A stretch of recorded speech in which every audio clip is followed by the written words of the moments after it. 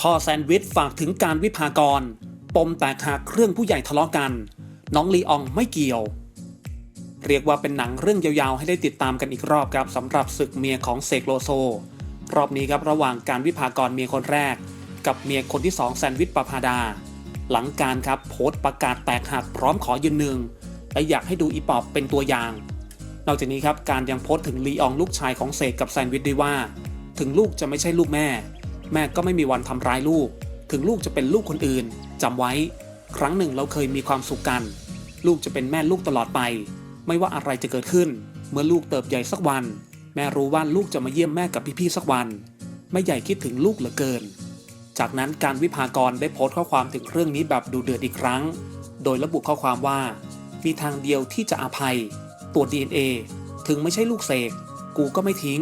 กล้าไหมคนทั้งประเทศขอมึงจะให้ลูกมึงคลุมเครือเพื่ออะไรสงสารเด็กเขาใช่ลูกมึงป่ะแย่มากเห็นแก่ตัวเกินไป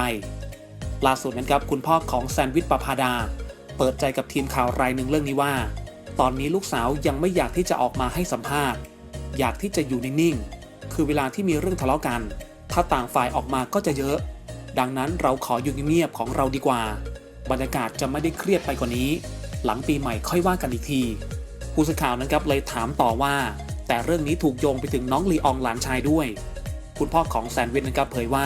ผู้ใหญ่ทะเลาะกันก็ขอให้เป็นเรื่องของระหว่างผู้ใหญ่กับผู้ใหญ่อย่าเอาเด็กเข้ามาเกี่ยวข้องเลยเขาเป็นเด็กให้อยู่ส่วนของเด็กเขาไม่รู้เรื่องอะไร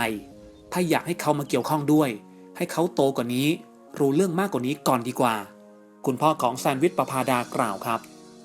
งานนี้ครับดูกันไปฟังกันไปครับเรื่องครอบครัวของเสกโลโซนั้นครับจะจบลงที่ตรงไหนต้องรอติดตามกันดูต่อไปครับเป็นอีกหนึ่งช่องทางข่าวที่คุณจะสามารถติดตามและอัปเดตข่าวสารไปพร้อมๆกันได้เลยนะครับอย่าลืมกดติดตามชมซุปเปอร์สตาร์ดาราแล้วก็อย่าลืมเข้ามาติชมหรือคอมเมนต์มาร่วมแชร์ร่วมแสดงความคิดเห็นกันได้เลยนะครับที่สำคัญครับต้องขอกราบขอบพระคุณทุกท่านมากๆด้วยนะครับที่เสียสละเวลาในการติดตามรับชมรับฟังกันด้วยนะครับ